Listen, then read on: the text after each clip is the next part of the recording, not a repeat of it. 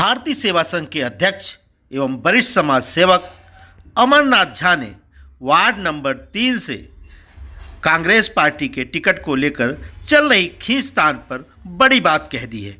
आइए आपको हम सुनाते हैं अमरनाथ झा ने वार्ड नंबर 3 के मुद्दे पर कांग्रेस पार्टी को लेकर के क्या कुछ कहा है। अमर जी, क्या कहना चाहेंगे? क्या मुंबई बीएमसी चुनाव में फेस वैल्यू और लीडरशिप लॉबी जो रही है उन्हीं को जिम्मेदारी दी जा रही है, जबकि जिम्मेदारी जो कार्यकर्ता जमीनी स्तर पर काम कर रहे हैं उन्हें साइड किया जा रहा है? ऐसा है कि जो कांग्रेस की जो नीतियां हैं वो बहुत ही जो निरीक्षक लोग होते हैं, जो अपॉइंटमेंट किया जाता है इनको, जो आप निरीक्षक करें, जो इलेक्शन का माहौल जब नज़दीक आता है तो हर पार्टी अपने अपने एक निरीक्षक चुनाव करता है। लेकिन यहाँ पर स्थिति ऐसा है कि जो बैग लेके उनके पीछे पीछे जाएगा, उनको चाय पिलाएगा, उनको खाना खिलाएगा, तो उन्हें क्या लगता है निरीक्षक को इनका कार्यक्रम बहुत अच्छा है। तो ये जो सबसे बड़ी जो दिक्कत है सो पार्टी को कहीं ना कहीं माइनस करता है, मतलब हानि पहुंचाने का काम होता है। आज आप देख लीजिए, बिहार में भी इलेक्शन हुआ, हम इतनी बुरी तरह से हारे कि जहां हमारा अस्तित्व खत्म हो गया। उसका जिम्मेदार कहीं ना कहीं पार्टी के जो निरीक्षक लोग रहते हैं वो करते हैं। अकेले राहुल जी क्या क्या करेंगे, ठीक है। तो हम जो अभी जो मेन विषय ये है कि जो महानगर पालिका मुंबई के अंदर में जो चुनाव हुआ है, और मैं दहिसर में रहता हूँ, तो मेरा कहने का उद्देश्य ये था जो 3 नंबर वार्ड है जो बहुत ही महत्वपूर्ण रखता है, बहुत ही मायने रखता है कांग्रेस पक्ष के लिए, क्योंकि 2 विधानसभा को टच है, जो दोनों विधानसभा के अंतर्गत ही आ जाता है। जैसे दहिसर विधानसभा आ जाता है और मागा थाना विधानसभा भी आता है। तो यहाँ के अगर लोगों को अगर अच्छे उम्मीदवार को अगर दिया जाए तो ऐसा लगता है कि ये सीट हम जीत सकते हैं। कारण कि 3 बार हम वहां पर लीड किए थे, 1500, 2500 और 3200 का लीड हमको मिली थी। लेकिन कैसा हो जाता है कि इस 2017 के इलेक्शन में यहाँ पर जो अपक्ष में कांग्रेस को हराने के काम किए हैं, आप उनको टिकट देने को जाओगे, ठीक है। जो कभी केतके पारा धार खारी घटकम वार्ड नंबर 3 में कभी घूमा नहीं, आप उनको देने के टिकट देने के जाओगे। तो इससे क्या होगा कि जनता को लगता है तो कभी आया ही नहीं था, क्योंकि नगर सेवा का जो इलेक्शन जो होता है वो होता है पर्सनल पे, और पर्सनल जो होता है उनको अपना चेहरा देखने को मिलता है। तो अपना चेहरा अगर उनका है ही नहीं, तो अगर अपना ही चेहरा नहीं है उनका, तो आप उसमें क्या कर सकते हो। तो ये सबसे बड़ा विषय बनता है। तो विषय जो होता है ना, इस हिसाब पे कांग्रेस को चलना चाहिए कि कांग्रेस का जो चेहरा कौन है, वहां काम कर सकता है कि नहीं, वो जीत सकता है कि नहीं, ये पूरा गणित लगाना चाहिए कांग्रेस के निरीक्षक लोगों को। और जो जिला अध्यक्ष हैं, जो बंबई अध्यक्ष हैं, जो भी हैं, उनको इस पे सर्वे करना चाहिए, उस हिसाब से टिकट देना चाहिए, क्योंकि जो 3 नंबर वार्ड जो है थाना और बंबई को कनेक्ट करता है। अमर जी, अगर देखा जाए इसके पहले यहाँ राजेंद्र प्रसाद चौबे, शीतल मात्रे 3 टर्म्स यहाँ पे कांग्रेस के नगर सेवक रह चुके हैं। अब ऐसा कौन सा चेहरा है जिसे पार्टी टिकट दे, भरोसे लायक, किसे बताएं? देखिए, चेहरा पे मैंने नहीं रखता है, मैंने क्या रखता है कि वो जमीन स्तर पे काम करते हैं कि नहीं करते हैं। चेहरा से कुछ नहीं होता। ये एमएलए और संसद का इलेक्शन नहीं है कि आप चेहरा पे लोग जीत जाएगा, पार्टी का सिंबल पे जीत। नगर सेवा का इलेक्शन होता है कि आपकी अपनी पहचान होना चाहिए। सिंबल तो मिलती है पक्ष की, लेकिन आपकी अपनी पहचान कितनी है, कितने लोग आपको जानता है, उस हिसाब। दूसरी बात है कि 3 टर्म कंडीशन जो हुआ, तो उसमें जो 4था टर्म कंडीशन में जो हराने का काम जो निर्दलीय अपक्ष में खड़ा होकर जो वोट काटे, उनकी सबसे बड़ी गलती थी। और पक्ष अगर उन्हीं को अगर टिकट देता है तो लोगों को भरोसा टूटता है पक्ष के ऊपर में कि ये आदमी कल पक्ष में खड़ा हुआ था, हम भी खड़े हो जाएंगे तो पक्ष हमको दूसरा टाइम अलग टिकट दे देगा। बात एक और है, वन विभाग का जो इशू है बहुत बड़ा मुद्दा है। चाहे विधायक हो, चाहे सांसद हो, चाहे नगर सेवक हो, पिछले 70 सालों में अब तक वहाँ पे कुछ हो नहीं पाया है। इस पर आपकी क्या प्रतिक्रिया? मैं आपको एक बात बता देता हूँ, जो वन विभाग का जो मुद्दा है, प्राइवेट फॉरेस्ट था। प्राइवेट फॉरेस्ट होने के कारण जो सत्ता में जब कांग्रेस आई थी, इस पे बहुत बड़ी इशू बना था। और उस टाइम पृथ्वीराज चौहान, अशोक चौहान मुख्यमंत्री फेरबदल करके हुए थे। उस टाइम इस चीज को पूरा समाप्त करने की उनकी प्लानिंग हो गई थी कि फॉरेस्ट को हम कहीं और जगह दे देंगे।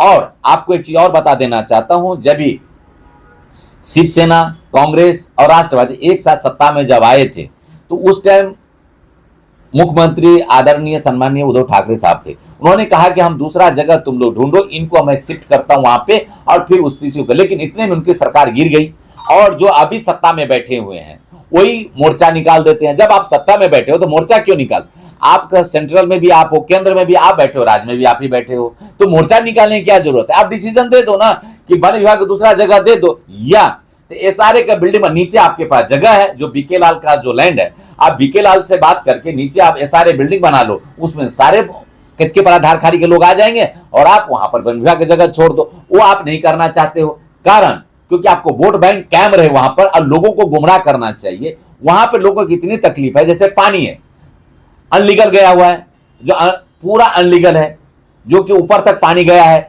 नीचे से किसी का मीटर नहीं है, आप सेटिंग करके चल रहा है। तो ये जो सारे जो चीजें हैं उस पे, अच्छा आपको किसी टाइम जो था प्रवीण दरेकर जी बोले थे ऊपर पानी का टाके, इलेक्शन जो पिछले बार हुआ था पानी टाके बनाएंगे, तो इस लालच में लोग उनको वोट बैंक का दे दिया। प्रकाश सुरभि जी बोले, जितने भी आमदार आए हैं सब सिर्फ आश्वासन देते हैं, बाकी काम वहां पर कोई कर नहीं रहा है। जो कार्यकर्ता वार्ड स्तर पर रोजाना लोगों की समस्याओं के लिए लड़ते हैं, जूझते हैं, चुनाव के समय उन्हें ही अनदेखा कर दिया जाता है, साइड लाइन कर दिया जाता है, इसकी क्या बड़ी वजह मानते हैं? इसका कारण है, जो मैं आपको कहा ना, जो नेता को आगे पीछे करेंगे, उनके लिए बैग उठाएंगे और उनके लिए खाना का अरेंजमेंट करेंगे, तो उनको टिकट दे दिया जाता है और निचले स्तर को उनको मिलने नहीं देता है। अगर उनको मिलना भी हो तो उनको टाइम नहीं देते हैं। वो अपनी समस्या लेकर उनके सामने अगर रखे गया तो उनका बात की सुनवाई नहीं होगी, सिर्फ उनको इसलिए रखा जाता है कि आप बैनर लगाओ और झंडा पकड़ो। ये जो नीतियां हैं बहुत ही बेकार है, ये नीतियां पे इसलिए हम कहीं ना कहीं माइनस हो जाते हैं। शिवसेना यूवीटी ग्रुप का कहना है कांग्रेस इस बार अलग लड़ रही है, जिससे हम दोनों को नुकसान होगा। कांग्रेस से सोच नहीं रहे, क्योंकि अब बाद में विधानसभा आएगा, लोकसभा आएगा तो एक हो जाते हैं, और बीएमसी में अलग लड़ेंगे तो सामने वाले विपक्षी पार्टियों को फायदा। ये आपको बता देना चाहता हूँ, पिछले 2017 में जब इलेक्शन हुई थी तो राष्ट्रवादी और कांग्रेस दोनों एक साथ लड़ना चाहते थे। उस टाइम संसद संजय निरुपम जी थे और इनको संजय निरुपम जी ने साफ माइनस कर दिया, कारण कि वो बोले मैं अकेला लड़ूंगा तो कहां पे आगे गिर गए, मैंने सारा सीट माइनस होने चला गया, क्योंकि जो जितना वोट राष्ट्रवादी को मिला उतना ही वोट से हर जगह पे कांग्रेस हारता चला गया। तो ये जो नीतियां है वो गलत है। कारण ऐसा है कि आज आप देखिए जो बीजेपी, शिवसेना, अनेक पार्टी, उनके पास में 32 पार्टी चल रही है, और लेकिन हम कांग्रेस को उन्होंने बदनाम करते हैं कि भाई इनके पास में इतना पार्टी इनके साथ नहीं। सबसे ज्यादा अगर किसी के पास में अगर सहयोगी दल है तो बीजेपी के पास में है। तो हम तो ये हम नहीं कह सकते, क्योंकि बड़े लोगों की बात है, बड़े डिसीजन लेते हैं, हम नहीं ले पाते हैं। तो मेरा कहने का उद्देश्य यही है कि आप युति अगर करते तो भी स्वागत है, नहीं करते तो भी स्वागत है, लेकिन कांग्रेस अगर अकेले लड़ता है अपने दम पे तो मेरे हिसाब से जितने वोट से हारेंगे समझो उतना वोट दूसरे पक्ष का था, इसीलिए आप उतने वोट से हारे। कांग्रेस लीडरशिप का ग्रास रूट वर्कर को इग्नोर करने का क्या पार्टी का पतन होने का एक बड़ा समस्या या बड़ी बात कही जा सकती है? देखिए, आप दूसरे से सीख लेना चाहिए। एक टाइम था जो वन वे थे आप, मतलब जो कांग्रेस की सब जय जयकार कर, लेकिन आपके सामने अभी बहुत बड़ा चैलेंज हो गया कि न्यू जनरेशन है, उसको काम चाहिए। तो आपका पतन होने का कारण ये है कि आप निचले स्तर पे बूथ प्रमुख के जो कार्यकर्ता उससे आप मीटिंग नहीं लेते हो, वार्ड अध्यक्ष है उससे आप मीटिंग नहीं लेते हो, लेकिन दूसरे पक्ष का देखिए कि वो बूथ प्रमुख तक को भी मीटिंग लेता है, जो उनके बड़े अधिकारी है वो बुलाते हैं और उनसे रूबरू बात करते हैं। क्योंकि वो जमाना था जो आप नहीं मिल पाते थे, लेकिन अब की जमाना है कि हर आदमी शिक्षित हो चुका है। तो आपको अगर अपना पार्टी को वर्चस्व बनाना है तो रूबरू बूथ प्रमुख से भी आपको बात करना पड़ेगा। मैंने आपको पहले कहा था कि अकेले राहुल जी क्या कर सकते हैं, क्योंकि वो गली गली तो घूम नहीं सकते, इसके लिए कार्यकर्ता जोड़ा जाता है, वार्ड लेवल पर जोड़ा जाता है, तालुका लेवल पर जोड़ा जाता है, डिस्ट्रिक्ट लेवल पर जोड़ा जाता है, बूथ लेवल पे जोड़ा जाता है, इसलिए वो काम करें।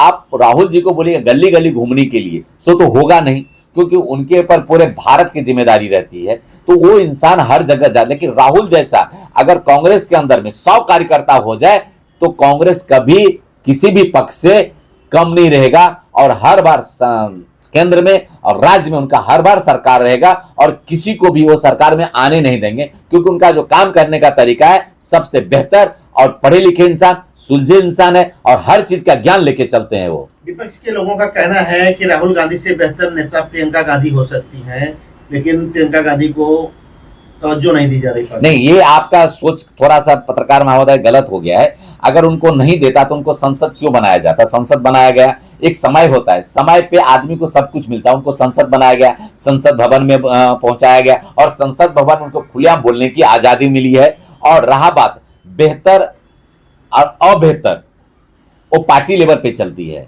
बेहतर कौन है? वो पार्टी लेवल पे चलती है। हम बेहतर अबेहतर नहीं बोल सकते।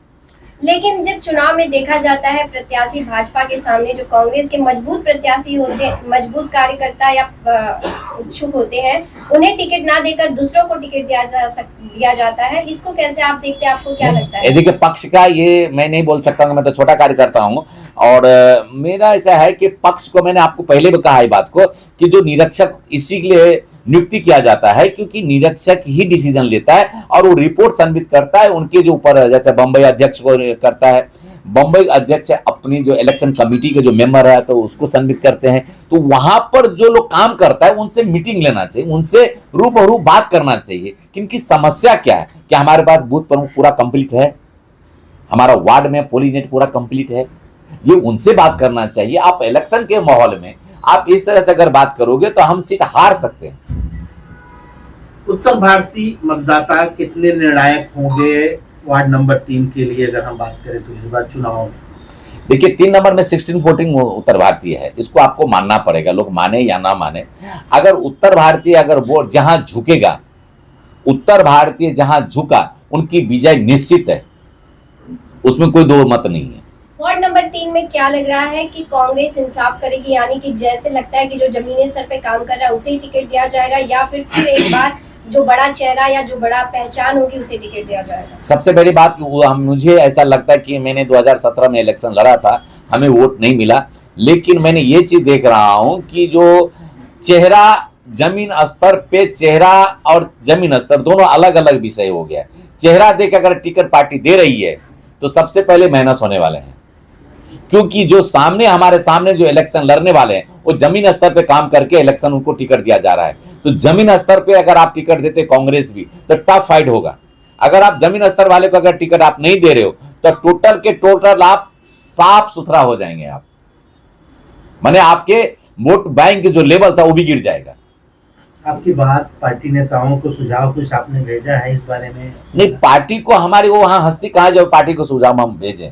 पार्टी तो ऐसा है कि जिसको नहीं बुलाना चाहिए उनको बुला करके आप, जैसे उनको बुला करके उनसे पूछ, जैसे आपको एक लिस्ट होना चाहिए कि अगर वहां पर जो पिछली 2017 में इलेक्शन कौन कौन लड़ा था तो उनको एक मीटिंग बुलाना चाहिए, जो हमारे पक्ष में कौन है। मैं कांग्रेस में गया तो बुलाना चाहिए कि साहब यहाँ का परिस्थिति क्या है, वो हमको आप बताओ।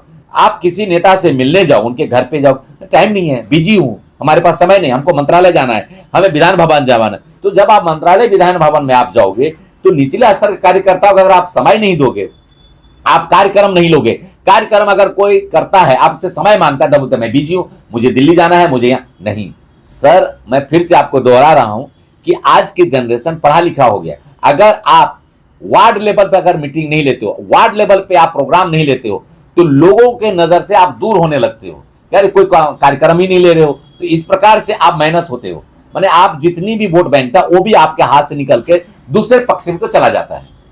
आपकी नजर में ऐसा कौन सा चेहरा है जो वार्ड नंबर 3 में लगातार लॉकडाउन जैसी भी परिस्थितियां आई, उन परिस्थितियों में भी जनता के बीच रहकर काम किया और आपको लगता है उन्हें टिकट देना चाहिए? आपको मैं बता देता, लॉकडाउन में सिर्फ एक अमर झा निकला था, अगर आप मेरा वीडियो निकाल के आप देखिएगा, बाकी कोई नेता, यहाँ का जो नगर सेवक भी थे ना, स्थानीय, वो भी नहीं निकले थे, विधायक नहीं निकले थे। एक अमर झा था जिन्होंने, आप अगर आपने निकाल के देखोगे वीडियो तो सिर्फ एक अमर झा दिख रहा था, बाकी कोई नेता नहीं दिख रहा था, सब घर से बाहर नहीं निकल रहे थे। लेकिन लॉकडाउन के अंदर में एक अमर झा ही 3 नंबर वार्ड को खाना पहुंचा रहे थे, राशन पहुंचा रहा था, दवा दिला रहा था, हॉस्पिटल के अंदर में जा रहा था। मुझे घर के लोग बोलते थे कि तुम्हें क्यों इतना पड़ी, तो मैं एक ही बात बोला, अगर किसी की अगर सांस थम जाती है तो दोबारा लौट के नहीं आएगा। अगर मेरी भी सांस थमने की आ जाएगा तो कोई ना कोई तो काम करेगा। अगर आप भी, हम भी काम नहीं करेगा तो उनकी मदद के लिए कौन जाएगा? मैडम, वो घड़ी ऐसी थी, वो घड़ी ऐसी थी कि मैं अपना परिवार को छोड़ के मैं रात दिन लोगों को सेवा कर रहा था। अगर आपको सर्वे करना है तो आम आदमी से पूछिए कि क्या हमारे नॉर्मल आदमी बन के जाइए और पूछिए क्या लॉकडाउन में तुम लोग खाना कौन दे रहा था, तो आपको पता चलेगा। लेकिन मैं उम्मीदवार नहीं हूं, मुझे इलेक्शन नहीं लड़ना है। मुंबई में कांग्रेस की इस बार कितनी सीटें आएंगी, क्या आपको अंदाजा है? जिस तरह से परिस्थिति है, जिस तरह से बड़ी बड़ी लीडरें, ऐसा है कि उनकी ही विधानसभा क्षेत्र में, और मेरे को लगता है जिस तरह से वो काम कर रहे हैं, जिस तरह से लोगों को इग्नोर करते हैं, जितना हमारा एमएलए के पास आप बैठो तो काम ही नहीं करते हैं, हाँ ठीक है करके बोल देते हैं। आप आमदार हो, आपके पास फंड है, आपको पूछना चाहिए भाई ये एरिया में थोड़ा सा फंड दिया जाए तो काम हो सकता है। संसदीय फंड होता है, एमएलसी फंड होता है, एमएलसी फंड आप कहीं भी इस्तेमाल कर सकते हो, तो वो फंडिंग को आप उस एरिया में लगाओ ना जहां से आपको जीतने की उम्मीद है, जहां आप आमदार हो। आपकी सीट कितना आएगा, सबसे बड़ा मेहनत वो रखता है। एक आमदार के 6 वार्ड होते हैं, कम से कम 7 वार्ड होते हैं। 7 वार्ड में आप कितने वार्ड जिता के लाओगे वो तो हमको दिखाओ। सबसे बड़ी बात है कि आप कितने मेहनत किए जनता के बीच में जाकर के।